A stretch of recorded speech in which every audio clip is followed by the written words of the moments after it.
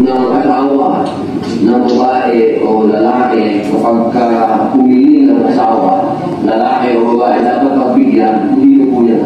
Hindi po. Pag sinabing no, no means no. No means So, ang... no. Oo, no. Pero kahit naman, 1 minute suspension lang ako, naiinip ako. Hearing ito sa Senate na pinamumunuan ni Senator Robin Padilla. Ang lalaki, paano naman doon yun? Kasi, halimbawa lang po, yung babae, yung asawa mo, may mix, minsan kasi, Paano naman ako kung wala sa mood ang asawa ko? Tanong ni Robin. Kawawa naman daw siya.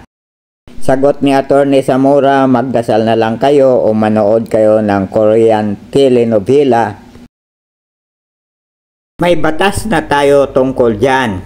Pero nalilito pa rin si Senator Robin. Sa amin, sa Raelian, sinasabing ang asawa ay hindi pag-aari kundi partner. Dapat irespeto ang general rule.